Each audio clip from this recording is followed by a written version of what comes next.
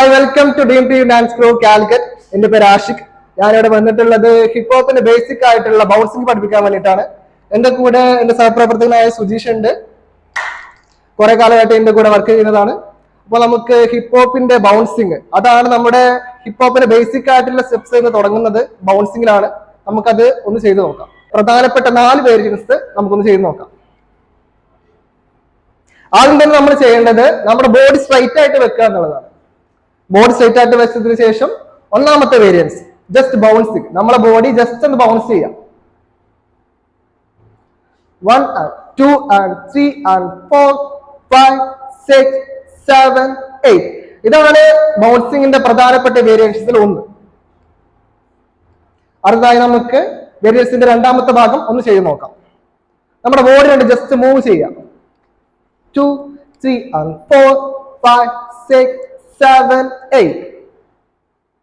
അടുത്തതായി നമുക്ക് വേരിയൻസിന്റെ മൂന്നാമത്തെ ഘട്ടത്തിലേക്ക് ഒന്ന് ചെയ്ത് നോക്കാം. 1 2 3 4 5 6 7 8. അടുത്തതായി ബൗൺസിങ്ങിന്റെ നാലാമത്തെ വേരിയൻസ് ആയ വേരിയൻസിലേക്ക് ഒന്ന് ചെയ്ത് നോക്കാം. നമുക്ക്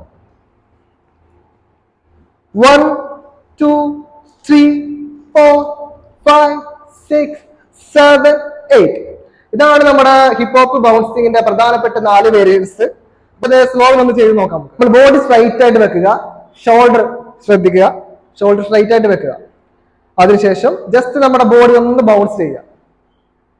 1 2 3 4 5 6 7 8.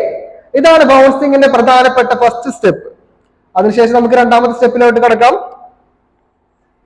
നമ്മൾ ബോഡി സ്ട്രൈറ്റ് ആയിട്ട് വെച്ചതിന് ശേഷം ജസ്റ്റ് ബൗൺസ്, ഇടത്തോട്ടും വലത്തോട്ടും ചെറിയ ബൗൺസിങ് കൊടുക്കാം. 1 2 3 4 5 6 7 8. മൂന്നാമത്തെ വേരിയൻസിലേക്ക് കടക്കാം. നമ്മുടെ കാല് സ്ട്രൈറ്റ് ആയിട്ട് വന്നതിന് ശേഷം വലത്തെ കാല് വെക്കുന്നതിനൊപ്പം തന്നെ നമ്മൾ ജസ്റ്റ് ബൗൺസ് ചെയ്യാം. 1 2 3 4 5 6 7 8. നമുക്കൊന്ന് ജസ്റ്റ് ഒന്ന് റിപ്പീറ്റ് ആയിട്ട് ചെയ്ത് നോക്കാം. നമുക്കൊന്ന് 1 2 3 4 5 6 7 8. ഇതാണ് നമ്മുടെ മൂന്നാമത്തെ വേരിയേഷൻ. നമുക്കിനി നാലാമത്തെ പ്രധാനപ്പെട്ട വേരിയേഷൻ നമുക്കൊന്ന് ചെയ്ത് നോക്കാം. അതിന് വേണ്ടത് നമ്മൾ സ്ട്രൈറ്റ് ആയി നിന്നതിന് ശേഷം ഫസ്റ്റ് വലത്തേക്കാൾ നമ്മുടെ ഫ്രണ്ടിലോട്ട് വെക്കുക. സ്റ്റെപ്സ് നമ്മൾ കൗണ്ട് ചെയ്ത് പഠിച്ചാൽ മാത്രമേ നമ്മുടെ ശ്രദ്ധയിൽ അത് പെടുത്തുകയുള്ളൂ, നമ്മുടെ ഓർമ്മയിൽ അത് ഉണ്ടാവുകയുള്ളൂ. അപ്പൊ ജസ്റ്റ് ഒന്ന് ചെയ്ത് നോക്കാം. 5 6 7 8. 1 2 3 4 5 6 7 8. അപ്പോ നിങ്ങള് കഴിയാവുന്നത് നമ്മളിത് ചെയ്ത് നോക്കുക. വളരെ സിമ്പിൾ ആയിട്ട് എടുത്തിട്ടുള്ളൂ. എല്ലാവർക്കും പഠിക്കാൻ പറ്റുന്ന രീതിയിൽ തന്നെ എടുത്തിട്ടുള്ളത്.